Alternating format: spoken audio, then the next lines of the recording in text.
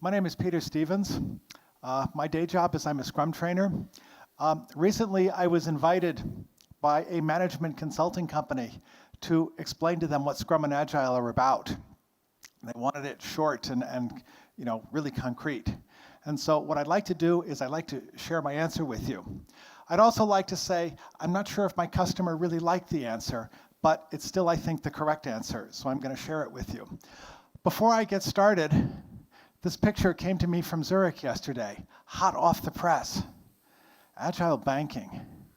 Okay, I don't say bleeping words, so I'm just going to put what is agile banking? I have no idea. All I know is, hey, it's sexy, it's fast, it's agile, and I want it. What is it? Beats me. So what I'd like to try to do is bring that a little bit down to earth. Talk about 10 things you can tell your management about Agile and Scrum. So the first thing is, this is not about you. This is about market forces. It started with globalization. It started with deregulation. You've heard of the Internet of Things, technological deflation. All of these things mean that the customer expects more, the customer has more choice, the customer expects it cheaper. So we have to get much, much better. And that system of management that we invented back in 1910 to build cars, well, it's severely challenged. The area that felt the pain first was software development, because software development is really complex. And so this is where Scrum and various other frameworks come from. Now, Scrum is really simple. You put together less than 10 people, a group of guys and gals who really know what they're doing, give them the problem and a couple of time boxes, and let them solve it. Now, there's just one problem. Scrum doesn't solve your problems. It makes transparent the problems that you have. So if you didn't have enough problems before, you're going to have more moving forward. Now, the good news is, and this is kind of what you got to remember as we go through the rest of this presentation, because it is kind of a roller coaster, the good news is you probably can get twice the value out of half the work. Personally, I've seen it happen many times. There were books documenting success stories. The problem is, in order to get this advantage, well, you've got to make some pretty serious changes, and they start with you. That is, they start with management. The basic values and principles that we use to organize the company are different, and everything you learned in school doesn't work anymore, which is a bit of a challenge. Now, if you're going to do Scrum, if you're going to do Agile, if you're going to do this Agile thing, please only do it if you're ready to make that change in you. Because if you're not, Scrum and Agile applied as a process can be really quite painful. I've seen talks from people who do it that way. It's not much fun. The other thing is, Agile is a mindset. We keep hearing that over and over. Where do we get the mindset from? Well, I'd like to invite you to remember the first sentence of the Agile Manifesto. We are uncovering better ways, and I'm going to paraphrase slightly, of doing what we do by doing it and helping others to do the same. And the key words here are uncovering, which implies learning, and helping others, which implies, well, helping others.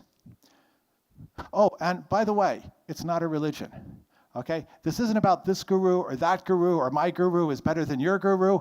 Yes, they like to throw darts at each other, but it really is about this mindset, uncovering better ways of doing what we do. Now, this transition to Agile, this is an investment. I wish I could snap my fingers and you get that beautiful advertisement on the Bahnhofstrasse. Unfortunately, and this is even true at the bank, if you make an investment, the first thing that you're going to have to do is pay for the investment, transaction fees. It's going to take time. Some people hire coaches or mentors or take training to reduce the risk, possibly reduce the cost. Other people prefer to go it alone, saying we can teach it ourselves. But either way, it's an investment before you get to that shiny future that you're working towards. Now, I've had the honor of accompanying a number of successful transitions, and one of the things that they've had in common is they've had a clear goal, what they're trying to achieve. And that goal extends both to the product or the service that they're trying to create, but also to the organization that they're trying to build. And I believe that the ability to create alignment, agreement about what we're trying to accomplish, that's a key skill towards success. So what I would encourage you to do when you're making this transition is start with a project, start building something, creating a service, get your first product team together, but then go quickly to working on the organization, because the organization that creates the product is also the product. Now, I'd like to give you've seen there's some turbulence along the way, there's some promise. Remember point number 3, there's some turbulence. I'd like to reassure you that most of the things that you did before, answering questions about when is it going to be done, or how are we going to create the architecture, you can still do them in this new agile world.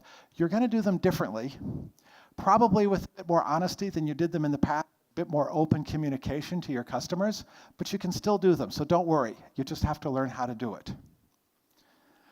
So what does this mean for you?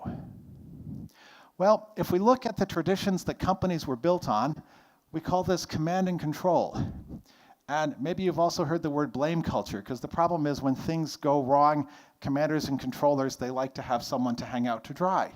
And this worked great for the 20th century, probably before that, but this isn't how Agile works. And so what you're doing is you're changing the culture already from the foundations. We're moving from command and control to a culture of trust and transparency, accompanied by frequent interaction, so you see what's really going on. And this is the new mindset. This is the new way of working. We said you need to have a goal, and actually I think you have 2 goals. One is about a product that you're building, and the other is about an organization that you're creating. And these 2 things go in parallel. So my suggestion was start with the Scrum team, start with your first project team, get the ability to get stuff done. Just this basic ability to deliver stuff at the end of every sprint. If you can't do that, well, I've seen agile transitions fail just for that reason. They never got past this first step. The next thing to do is start working on your leadership team. You guys need to form an agile team to guide that transition. What's your focus? Your focus is on creating those high-performance teams and the high-performance organization. Now, getting stuff done, that's kind of the first thing. The next thing is getting the right stuff done. So you need to be able to get things into small pieces so you can prioritize and pick the things that really bring value to your organization. And where does that value come from? Well, you need to be able to figure out what really matters. I call this creating alignment. That's going to be creating alignment both within the organization, but also within your customers. So this is the strategy which has worked well for me in the past. Has this gotten you curious? Well, if it has, what I'd like to do is invite you to come to my talk tomorrow. I've got a white paper about this, which kind of explains it in a bit more detail, and if you reach out to me, I'll be happy to send it to you. And otherwise, I'd like to encourage you to join my book club and maybe even download the guide. So with that, thank you very much.